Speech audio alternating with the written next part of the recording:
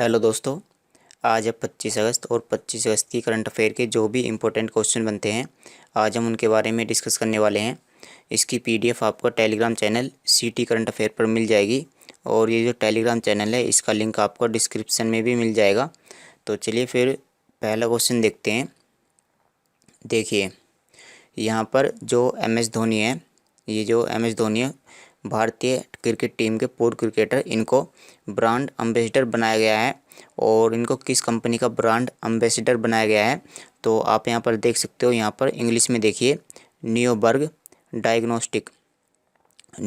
Diagnostics, तो इनको इस कंपनी का ब्रांड एम्बेसडर बनाया गया है। और साथ ही साथ में हम जान लेते हैं कि यहाँ पर कुछ अन्य कंपनियाँ भी हैं, आप उनको देखिए। यहाँ पर एक हॉस्पिटल है जिसका नाम क्या है, कावेरी हॉस्पिटल, जो कि कहाँ पर स्थित है, जो कि चेन्नई में स्थित है, जो तमिलनाडु में स्थित है। मैं यहाँ पर लिख देता हूँ ये कहाँ पर स्थित है, यह तमिलनाडु में स्थित है। तो कावेरी ग्रुप ऑफ हॉस्पिटल्स, तो इसके भी ब्रांड एम्बेसडर कौन बने हैं, MS धोनी। और साथ ही साथ में इसके तो बारे में हमने जान ही लिया है। और तीसरा वाला है अनअकैडमी। आप यहाँ पर देखिए अनअकैडमी, जो कि एक टीचिंग प्लेटफॉर्म है, यहाँ पर आप कोचिंग ले सकते हो किसी भी चीज़ की। तो इसके भी ब्रांड एम्बेसडर कौन बने हैं, MS धोनी। और ये जो क्वेश्चन था ये हमने कुछ दिन पहले पढ़ा था, ये वाला जो है यूरो स्पोर्ट इंडिया, जो बाइक होती हैं, जो बाइक की रेसिंग होती है, तो इस तरह से ये रेसिंग कराते हैं यूरो स्पोर्ट इंडिया। तो इसके जो ब्रांड एम्बेसडर बने हैं वो कौन है, जॉन अब्राहम। चलिए क्वेश्चन नंबर 2 देखते हैं। किस राज्य के पूर्व CM यानी मुख्यमंत्री कल्याण सिंह का हाल ही में 89 साल की आयु में निधन हो गया है। तो आप यहाँ पर देखिए ये हैं कल्याण सिंह, जिनकी मृत्यु हो गई है 21 अगस्त को। और ये किस राज्य के पूर्व मुख्यमंत्री रह चुके हैं, तो ये उत्तर प्रदेश राज्य के पूर्व मुख्यमंत्री रह चुके हैं। साथ ही साथ में ये राज्यपाल भी रह चुके हैं। एक तो ये राज्यपाल रह चुके हैं जो हिमाचल प्रदेश है, और एक दूसरा राज्य है जिसका नाम है राजस्थान। तो आपको इनके बारे में याद बस केवल इतना करना है कि ये उत्तर प्रदेश के पूर्व मुख्यमंत्री रह चुके हैं और ये 2 बार उत्तर प्रदेश के मुख्यमंत्री रह चुके हैं। तो ये 2 बार मुख्यमंत्री रहे हैं। मैं आपको इनका कार्यकाल दिखा देता हूँ। यहाँ देखिए ये 1991 से लेकर के 1992 तक, और दूसरी बार 1997 से लेकर के 1999 तक। अगर हम उत्तर प्रदेश की बात करें तो इसकी राजधानी है लखनऊ, और यहाँ के मुख्यमंत्री हैं योगी आदित्यनाथ, और यहाँ के राज्यपाल हैं आनंदीबेन पटेल। देखो ये क्वेश्चन जो है इसके जो पड़ोसी राज्य हैं, यह क्वेश्चन जो एग्ज़ाम में आ सकता है, क्योंकि ये ऐसा राज्य है जो सबसे ज़्यादा पड़ोसी राज्यों के साथ में अपनी सीमा साझा करता है। उत्तर प्रदेश 8 राज्यों के साथ में अपनी सीमा साझा करता है। यहाँ पर ये जो असम है यह 7 राज्यों के साथ में अपनी सीमा साझा करता है। श्री ला गणेशन को किस राज्य का राज्यपाल यानी गवर्नर बनाया गया है, तो श्री ला गणेशन तो ये बने हैं मणिपुर राज्य के राज्यपाल। और ये जो देखो राज्यपाल होते हैं इनकी नियुक्ति कौन करता है, राज्यपाल की नियुक्ति करता है राष्ट्रपति, और इनकी जो नियुक्ति है वो मुख्यमंत्री की सलाह पर की जाती है। चलिए फिर हम मणिपुर के बारे में जान लेते हैं। मैंने आपको कुछ ही दिन पहले बताया था कि जो यहाँ ये जो मणिपुर है इसके जो राज्यपाल बने हैं वो कौन थे, गंगा प्रसाद, लेकिन इनको अतिरिक्त प्रभार दिया गया था, यानी ये किसी और राज्य के भी राज्यपाल हैं। साथ ही साथ में इनको जो मणिपुर है उसका भी राज्यपाल बनाया गया है।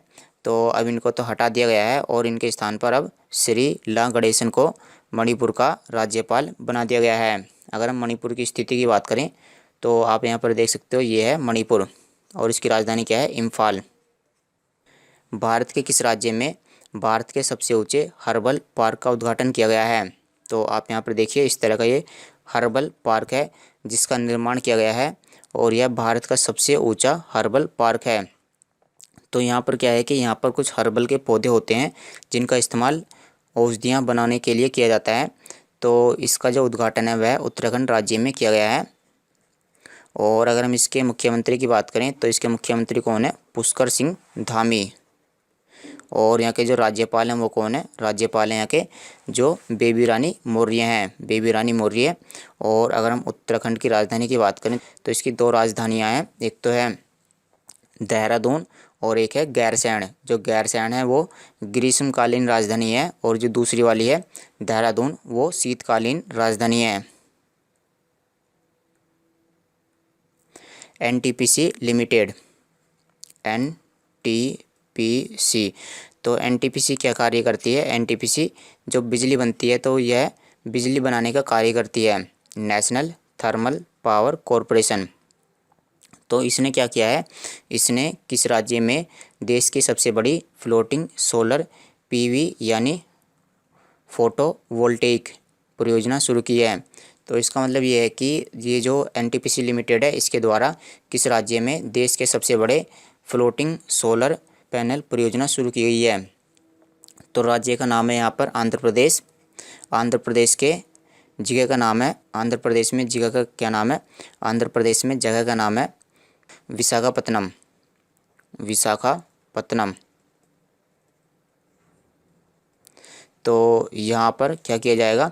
यहाँ पर जो NTPC है उसके द्वारा इस तरह के जो यहाँ पर पानी है, पानी के ऊपर क्या लगाया जाएगा? पानी के ऊपर ये सोलर फोटोवोल्टेइक यहाँ पर ये जो प्लेटें हैं वो लगाई जाएंगी। और ये जो परियोजना है यह देश की सबसे बड़ी परियोजना है। भारत और किस देश ने हाल ही में AK-103, आप यहाँ पर देख सकते हो ये है गन, इसका नाम है AK-103। जो आपने सुना होगा कि AK-47, तो इसी का ही ये लेटेस्ट वर्जन है AK-103। यानी इसमें कुछ इससे कुछ खास बातें होंगी, इससे कुछ एडवांस वर्जन है इसी का ही है। तो भारत ने किस देश से AK-103 राइफ़ल खरीदने के लिए एक समझौते पर हस्ताक्षर किए हैं? तो भारत ने ये जो AK-103 राइफ़ल हैं इनको खरीदने के लिए रूस के साथ में समझौता किया है। चलिए अब हम रूस के बारे में जान लेते हैं। इसकी राजधानी क्या है? रूस की राजधानी है मॉस्को। और यहाँ के जो वो हैं राष्ट्रपति वो कौन है? Vladimir Putin. यहाँ के जो राष्ट्रपति हैं वो कौन है? पुतिन साहब हैं। और तो बस इतना ही जानकारी काफ़ी है। और यहाँ की मुद्रा क्या है? रूबल। केंद्र सरकार ने भविष्य में देश के एक्सपोर्ट, ये क्या है? एक्सपोर्ट है, एक्सपोर्ट। एक्सपोर्ट का मतलब क्या होता है? एक्सपोर्ट का मतलब होता है कि जो सामान होता है वो बाहर भेजना। तो सामान ज़्यादा से ज़्यादा बाहर विदेशों में भेजा जाए, इसके लिए MSME यानी micro small and medium enterprises. तो यानी जो इसका मतलब क्या है? जो छोटे या मध्यम या लघु आकार के एंटरप्राइज हैं, जो उद्योग हैं, उनको मदद करने के लिए किस फंड को लॉन्च किया है? तो जो केंद्र सरकार है, तो केंद्र सरकार के द्वारा एक फ़ंड लॉन्च किया गया है और उसका नाम क्या है? उभरते सितारे फंड। तो केवल आपको इसका नाम पता होना चाहिए कि इसको केंद्र सरकार के द्वारा लॉन्च किया गया है। और किसके लिए लॉन्च किया गया है? MSME सेक्टर के लिए। ये जो MSME सेक्टर है ये यहाँ से फ़ंड ले सकते हैं और अपने बिजनेस को आगे बढ़ा सकते हैं। यहाँ पर देखो SIDBI लिखा है, इसका मतलब क्या है इसके बारे में भी समझ लेते हैं। आप यहाँ पर देखिए जो फंड है, फंड कौन प्रोवाइड कराएगा? फंड प्रोवाइड कराएगा एक्सिस, एक्जिम बैंक और SIDBI। तो ये तो बैंक है, इसके बारे में तो हम बाद में देख लेंगे, लेकिन ये जो SIDBI है इसके बारे में जान लेते हैं। तो ये जो SIDBI है ये है एक गवर्नमेंट की संस्था है जिसकी फुल फॉर्म क्या है? S का मतलब है यहाँ पर स्मॉल, I का मतलब है इंडस्ट्रीज, और D का मतलब है डेवलपमेंट, और B का मतलब है बैंक, और यहाँ I का मतलब इंडिया, यानी small industries development bank of India. यानी जो छोटी छोटी इंडस्ट्रीज होती हैं उनके डेवलपमेंट के लिए इसका निर्माण किया गया है। और इसकी जो स्थापना है वह 1990 में हुई थी। तो ये कुछ ऐसे संस्थान होते हैं जिनकी आपको डेट याद करनी होती हैं। तो इसकी जो डेट है वो आपको पता होनी चाहिए। और इसका मुख्यालय कहाँ पर है? यूपी के लखनऊ में। विश्व एथलेटिक्स अंडर-20 चैंपियनशिप में पुरुषों की 10,000 मीटर दौड़ में रजत पदक किसने जीता है? तो आप यहाँ पर देखिए इन्होंने 10,000 मीटर दौड़ यानी 10 किलोमीटर दौड़ में रजत पदक जीता है। और इनका नाम क्या है? अमित छेत्री या अमित खत्री। अमित खत्री इनका नाम है। इन्होंने 10,000 मीटर दौड़ में रजत पदक जीता है। तो देखिए इसके जितने भी क्वेश्चन बनते हैं इसके बारे में हम जान लेते हैं। तो सबसे पहले तो इसका आयोजन कहाँ पर कराया गया है? इसका आयोजन कराया गया है केन्या की राजधानी नैरोबी में। केन्या की राजधानी नैरोबी में। और दूसरा, अभी तक भारत ने इसमें कितने पदक जीते हैं? भारत ने कुल मिलाकर के इसमें 3 पदक जीते हैं। एक तो आपने यहाँ पर देख लिया 10,000 मीटर दौड़ में, और दूसरा क्या है? दूसरा जीता गया है, आप यहाँ पर देखिए ये हैं लंबी कूद की खिलाड़ी। लंबी कूद की खिलाड़ी इन्होंने पदक जीता है, रजत पदक इन्होंने जीता है।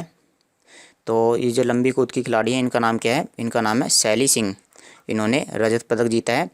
यहाँ पर देखिए ये भारतीय टीम है जिन्होंने 400 मीटर दौड़ में इन्होंने भी पदक जीता है। 400 मीटर दौड़ में ये जो 400 मीटर दौड़ है इन चारों के द्वारा दौड़ी गई है। किस तरह से मैं आपको समझा देता हूँ। जैसे ये इस तरह के जो दौड़ने का स्थान है, कुछ दूरी तो इन्होंने पहले वाले खिलाड़ी ने दौड़ी, उसके बाद कुछ दूरी इन्होंने दूसरे वाले खिलाड़ी ने दौड़ी, उसके बाद कुछ दूरी तीसरे खिलाड़ी ने दौड़ी और बाद की जो बची कुछ दूरी है ये इन्होंने दौड़ी। तो इस तरह से जो 400 मीटर की दौड़ है इसको हम बोलते हैं रिले दौड़। तो मैंने आपको ये जो 3 पदक भारत को मिले हैं इनके बारे में मैंने आपको बता दिया है। मिश्रित रिले में भारत ने कांस्य पदक जीता है। तो चलिए नेक्स्ट क्वेश्चन देखते हैं।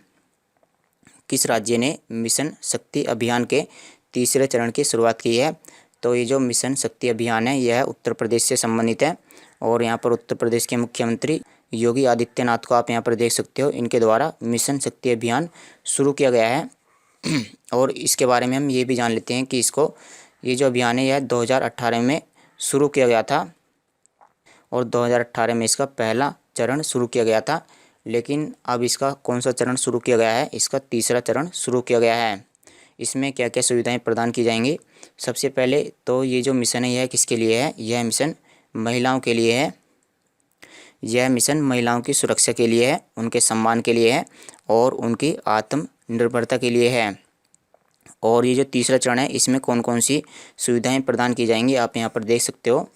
हालांकि इनकी ज़रूरत नहीं है, केवल आपको इनका ये जो मिशन है इसका नाम याद रखना है। मिशन का नाम क्या है? मिशन शक्ति अभियान। ओणम त्यौहार किस राज्य में मनाया जाता है? तो सबसे पहले तो क्वेश्चन यही बनता है, तो यह मनाया जाता है केरल में। और जैसे आपने दशहरा का नाम सुना होगा, तो दशहरा क्या होता है कि दशहरा 10 दिन तक चलता है, 10 दिन तक। तो इसमें जैसे जो 10वां दिन होता है उसमें क्या होता है कि जो दशहरा होता है उसमें जो रावण की आकृति होती है, जो पुतला होता है उसको जलाया जाता है। तो इसी तरह से जो ओणम त्यौहार है यह भी 10 दिन तक मनाया जाता है। और इसमें जो 10वें दिन होते हैं, जैसे यहाँ पर जो भगवान श्री राम है वो अपने घर अयोध्या में वापस आए थे, उसी तरह से यहाँ पर भी इनके भगवान हैं, उनका नाम क्या है? राजा महाबली। तो वो भी क्या हुए थे? वो भी वापस आए थे। और इसमें जो पहला दिन होता है उसको हम बोलते हैं अथम, और जो अंतिम दिन होता है जो 10वां दिन होता है उसको हम बोलते हैं थ्रुवोनम। तो आपको इनकी ज़रूरत नहीं है, लेकिन फिर भी मैंने आपको बता दिया है। तो केवल आपको ओणम त्यौहार और ये केरल, तो इसके बारे में केवल इतना पता होना चाहिए, ओणम केरल। किस हवाई अड्डे का नाम बदलकर महाराजा अग्रसेन अंतर्राष्ट्रीय हवाई अड्डा रखा गया है?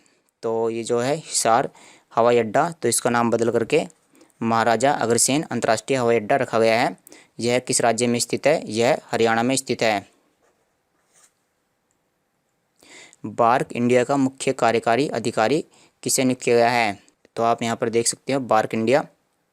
तो इसके जो सीईओ बने हैं उनका नाम क्या है? इनका नाम है नकुल चोपड़ा। ये जो बार्क होता है इसके बारे में भी समझ लेते हैं। जो आप यहाँ पर देखिए, यहाँ पर इस तरह से जो ब्रॉडकास्टिंग की जिम्मेदारी होती है वो किसके ऊपर होती है? वो बार्क के ऊपर होती है। यही बताता है कि किसकी टीआरपी कितनी आई है। जैसे जो न्यूज़ चैनल होते हैं तो किसकी टीआरपी कितनी आ रही है, तो इन सभी के बारे में जानकारी कौन प्रदान करता है? ये बार्क प्रदान करता है। इसके बारे में भी आप यहाँ पर पढ़ सकते हो। सीवीसी के सलाहकार बोर्ड के अध्यक्ष पद पर किसे नियुक्त किया गया है? तो सीवीसी यानी सेंट्रल विजिलेंस कमीशन। तो इसके सलाहकार बोर्ड के अध्यक्ष कौन बने हैं? तो आप यहाँ पर देख सकते हो, इनका नाम क्या है? टीएस भसीन। केवल आपको इनका नाम ही याद करना है, साथ ही साथ में आपको सीवीसी के बारे में पता होना चाहिए, क्योंकि ये एक सरकार की जो महत्वपूर्ण संस्था है। मैं आपको सीवीसी के बारे में यहाँ पर दिखा देता हूँ। इसकी स्थापना 1964, मुख्यालय नई दिल्ली, और इसमें जो केंद्रीय सतर्कता आयुक्त हैं वो कौन है? सुरेश एन पटेल। इनका नाम आपको पता होना चाहिए। बाकी इनकी तो नई नियुक्ति है, इनके बारे में भी आपको पता होना चाहिए। एक लास्ट क्वेश्चन है, दास व्यापार और उसके उन्मूलन के स्मरण के लिए अंतर्राष्ट्रीय दिवस कब मनाया जाता है? तो दास व्यापार मतलब कि जो गुलाम होते हैं उनका बेचना, उनका खरीदना, तो इसको बंद करने के लिए उन्मूलन का मतलब क्या होता है? उन्मूलन का मतलब होता है उसको बंद करने के लिए। और उसको बंद करने के लिए जो अंतर्राष्ट्रीय दिवस मनाया जाता है वो कब मनाया जाता है?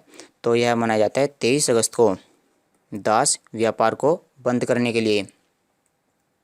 तो चलिए दोस्तों, आज की वीडियो में इतना ही। तो चलिए कल मिलते हैं आपसे।